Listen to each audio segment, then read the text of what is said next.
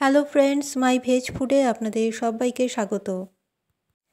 আজকে কুঁদরি দিয়ে তৈরি একটি দারুণ রেসিপি আপনাদের সাথে শেয়ার করব, মাত্র 10 মিনিটে তৈরি। আজকের রেসিপি অবশ্যই বাড়িতে একবার ট্রাই করবেন, সম্পূর্ণ নিরামিষ। তাহলে চলুন আজকের রেসিপি দেখে নেওয়া যাক।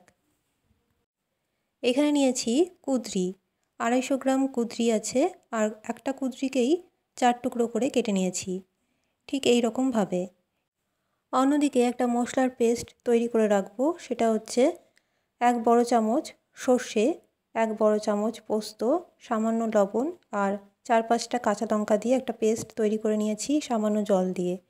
এবার একটা শুকনো কড়াইয়ের মধ্যে নিয়ে নিলাম কেটে রাখা কুঁদরি। এর মধ্যে দিয়ে দিচ্ছি 1/2 চামচ হলুদ গুঁড়ো, স্বাদ অনুযায়ী লবণ, আর দিয়ে দেব 1 চামচ চিনি। এখানে বলে রাখি, আমার চ্যানেলের সব রেসিপি সম্পূর্ণ নিরামিষ, পেঁয়াজ রসুন ছাড়া তৈরি করা হয়। রান্নাগুলো ভালো লাগলে অবশ্যই চ্যানেলটি সাবস্ক্রাইব করে রাখবেন। এবার কুঁদরিগুলো খুব ভালো করে মেখে নিলাম। মেখে নেওয়ার পরে এর মধ্যে দিয়ে দেব সর্ষে পোস্ত কাঁচা লঙ্কার পেস্ট, যেটা আগে তৈরি করে রেখেছিলাম। সর্ষে পোস্ত কাঁচা লঙ্কার পেস্ট দিয়ে আরও একবার ভালো করে মেখে নিতে হবে। এই রেসিপি এতটাই সুস্বাদু হয় যে একবার খেলে আপনার কিন্তু রোজ রোজ বানাতে ইচ্ছে করবে, এতটাই সুস্বাদু হয় খেতে। যেই বাটিতে সর্ষে পোস্তর পেস্ট তৈরি করা ছিল, সেই বাটির মধ্যেই কিছুটা জল দিয়ে এর মধ্যে দিয়ে দিলাম। এর আগে বিউলি চচ্চড়ি রেসিপি আপলোড করেছিলাম, যারা দেখেননি অবশ্যই দেখে নেবেন, খুবই দারুণ একটি রেসিপি।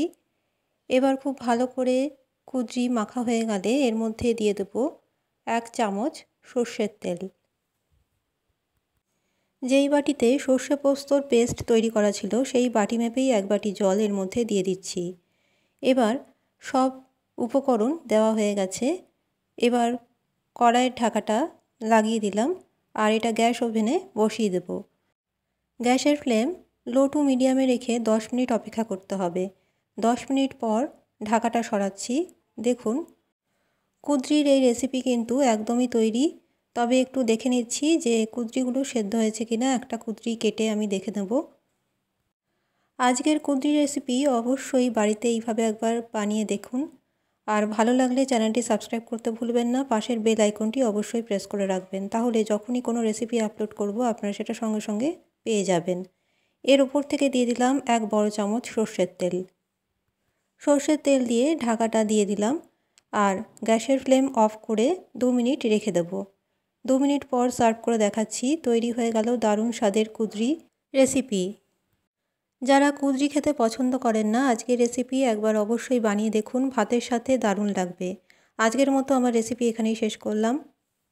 আবারও চলে আসবো নিরামিষ রান্নার রেসিপি নিয়ে। ভালো থাকবেন, সুস্থ থাকবেন। নমস্কার।